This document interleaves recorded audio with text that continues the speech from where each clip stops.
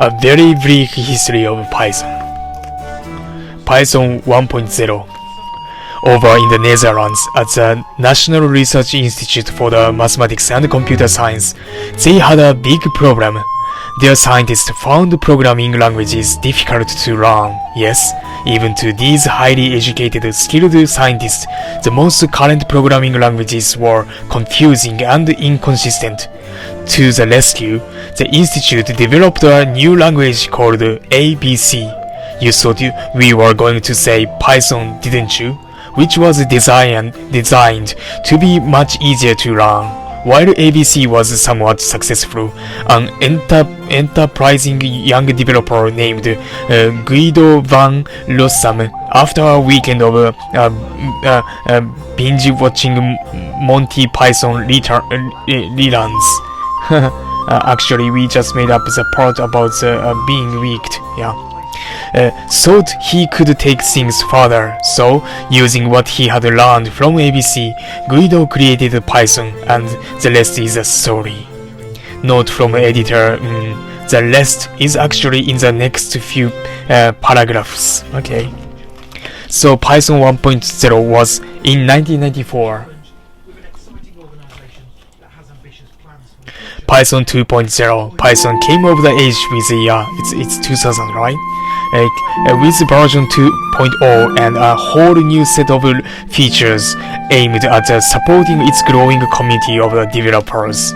For instance, in cognitions that Python was truly now a global language, 2.0 was extended to handle character sets from languages far beyond the typical English letters. Python also improved many technical aspects of the language, like a better handling of the computer memory, as well as better support for common type of data like lists and character strings. The Python development crew also worked hard to make Python open to a whole community of developers who could help improve the language and the implementation. Sure.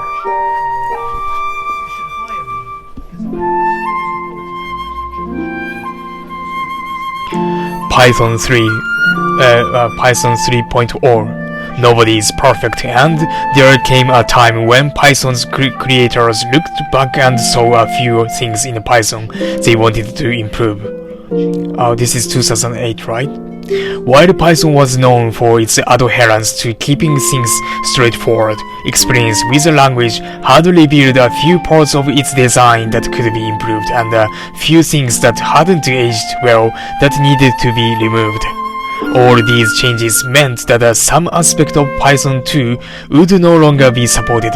That said, Python's creations made sure there were ways to keep the 2.0 code running. So, if you have a code written in Python 2, don't worry. Python 2 is still alive and well, but know that Python 3 is a feature of the language. We fully expect our flying car is going to be Python enabled. Haha.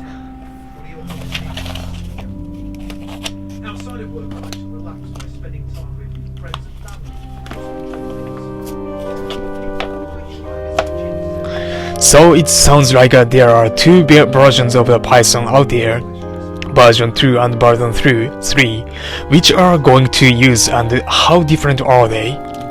Good question.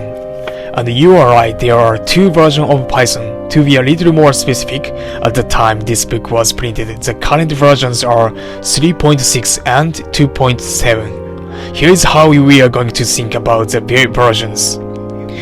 As it turns out, when you view the two languages from say 10,000 feet, they are remarkably similar, and in fact you might not even be able to see any differences. That said, there are differences, and if you aren't paying attention to the version you are using, they could trip you up. Wow.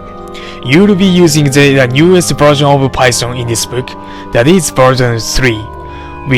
We would rather get you started with the version that is going to carry on into the future.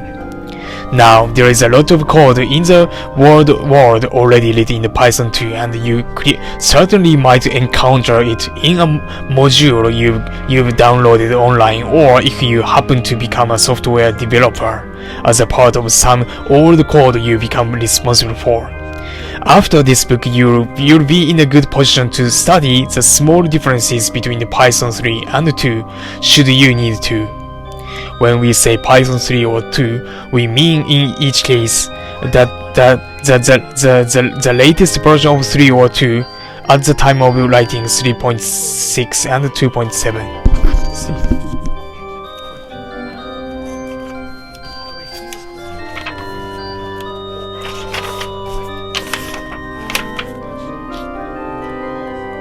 Got Python?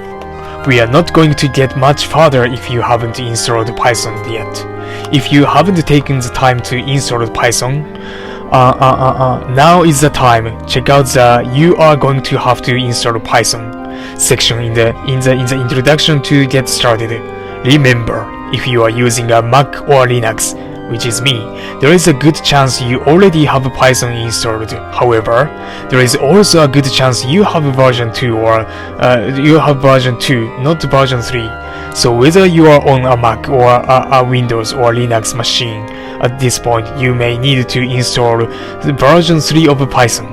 So go do that, and once you've got a Python up and running, you are ready to dive into some real code.